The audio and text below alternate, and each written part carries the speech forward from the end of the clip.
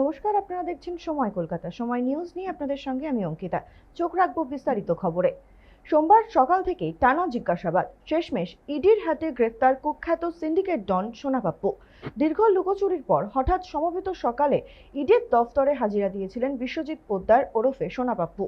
সারাদিন জিজ্ঞাসাবাদের পর অবশেষে তাকে গ্রেফতার করে কেন্দ্রীয় তদন্তকারী সংস্থা। জমি প্রতারণা এবং সিন্ডিকেট তোলাবাজির একটি বড়সড় মামলায় সোমবার সোনা পাপ্পুকে গ্রেফতার করেন ইডি আধিকারিকরা।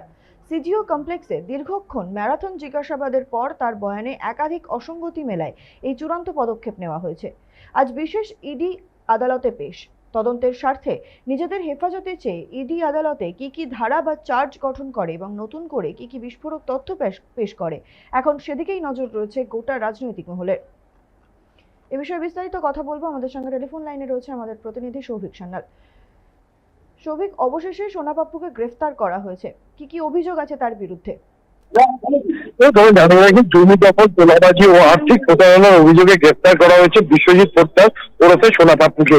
দীর্ঘদিন ধরে আমরা জানি তার বাড়িতে তল্লাশি চালিয়েছে ইডি আধিকারিকরা, তারপরেও তাকে বেশ কয়েকবার নোটিশ করা হয়েছে। তবুও তিনি কিন্তু কোন রকম কোনো যাননি বা সহযোগিতা করেননি। এরপর গতকাল তাকে ইডি দপ্তরে তিনি যান এবং প্রায় 10 ঘন্টা টানা জিজ্ঞাসাবাদ প্রক্রিয়া চলে।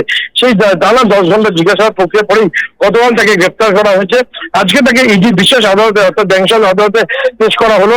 সোমবার টানা প্রায় 10 ঘন্টা জিজ্ঞাসাবাদের পর এনফোর্সমেন্ট ডিরেক্টরেট তাকে গ্রেপ্তার করেছিল। প্রায় 3 মাস অর্থাৎ দীর্ঘদিন পলাতক থাকার পর সোনা পাপ্পুকে সোমবার সকালে সল্লেগে ইডি দপ্তরে হাজিরা দিয়েছিল। আমাদের সেই মতোই কিন্তু আজকে তাকে সকালবেলা কিন্তু যে বিধাননগর মহকুমা হাসপাতালে তার শারীরিক পরীক্ষার পরে তাকে আজকে আদালতে পেশ করা হয়েছে এবং তাকে পুলিশ ইডি হেফাজত চাইবে তারা, এমনটাই কিন্তু সূত্র মারফত খবর। ফুল টাইম পিসি অর্থাৎ ফুল টাইম যে হেফাজত 14 দিনের, সেই 14 দিনের হেফাজতেই আবেদন করবে ইডি যে আইনজীবী থাকবেন তিনি, কিন্তু এমনটাই কিন্তু মনে করা হচ্ছে। পাশাপাশি তোমায় জানিয়ে রাখি যে ইডি আধিকারিকদের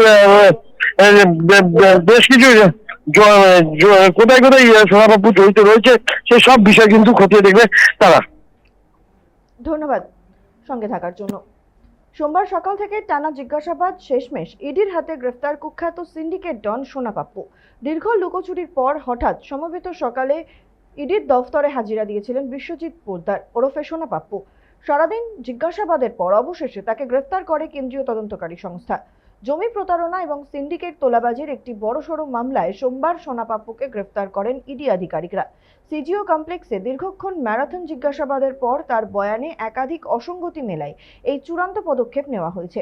আজ বিশেষ ইডি আদালতে পেশ। তদন্তের স্বার্থে নিজেদের হেফাজতে চেয়ে ইডি আদালতে কি ধারা বা চার্জ গঠন করে এবং নতুন করে কি বিস্ফোরক তথ্য পেশ করে, এখন সেদিকেই নজর রয়েছে গোটা রাজনৈতিক মহলের।